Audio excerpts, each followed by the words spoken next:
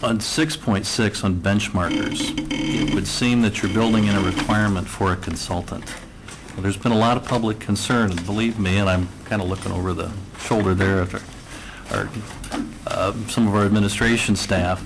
If there's one thing I hear from constituents, it's overuse of consultants. It's why one more consultant contract and not things done in-house. There's a lot of public concern. I can't minimize it, and frankly, I share a lot of it. It's my concern that local government does hire many consultants. If we're building in a requirement for benchmarkers, an outside consultant to come in to review, what's going to be the projected cost of that service? Because it's not part of this proposal before council. And it would seem to me we're perhaps building in something and we're binding future city councils to an expenditure that we have to pay. The contract was designed with the optimal flexibility for the city and the county to be able to acquire work. Just because the option is available doesn't mean that the option will be executed upon. The reason why I bring this to the table is because the expectations of this and what I brought before you is about the services that were stated in the statement of work. And if there was something that was over and above the statement of work, it would be part of our normal process to look for how we would source that particular piece of work. Well, I'm understanding the intent, but I guess I would go back to what Councilman Pape raised in the beginning. We don't have a complete contract here. I don't know how this county could have approved it at this point without, with some of the material parts being left out. For the benchmarking, someone coming in and saying, are you meeting the goals? Are you meeting, should there be a prohibition here against any former city or county or ATOS employees from being hired to do that benchmarking?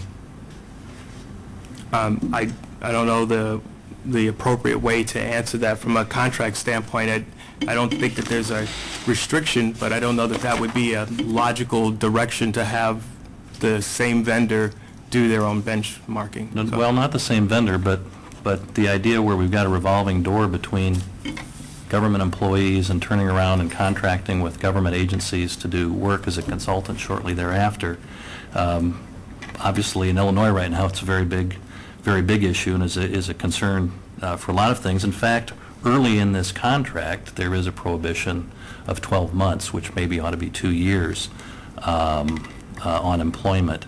But there's nothing that provision on the 12 months doesn't affect the benchmarking. And I'm wondering if we should just prohibit as a basis of avoiding favoritism in this contract and making sure we've got somebody looking at that benchmarking and whether it's meeting the standards that's totally disinterested from the city, the county, and ATOS. And I'm going to just kind of rely on Ron to help with the benchmarking, but I think the overall intent of the benchmarking was to make sure that we were getting that the value that we were paying for the contract did not somehow through over a period of time get away from us and that we were not in the pack anymore. So we were paying significantly more than what the work could be done for at some point. I understand the purpose of it. I'm trying to avoid a conflict of interest possibility that could occur. And I think the public's tolerance for seeing federal level, state level, and local level, the revolving door between employees going out and essentially being rehired as a consultant, they want to see an end to that. Well, just to speak to that, the contract benchmarking. Move a little closer, please. The contract benchmarking provision is something that is in the contract for our benefit. It is a process that we control, and we would have the ability to make those decisions at the time. Whether if you think there's a conflict of interest with the person that the city county is selecting for doing the benchmarking, then it's something that you would be within your control to control that. Unless it's $100,000.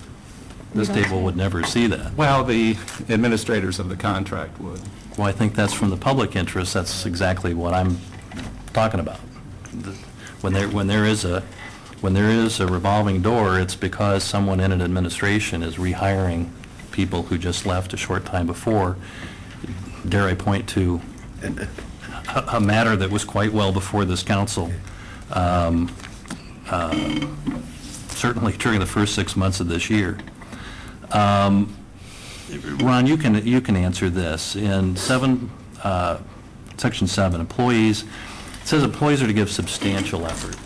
I think the usual duty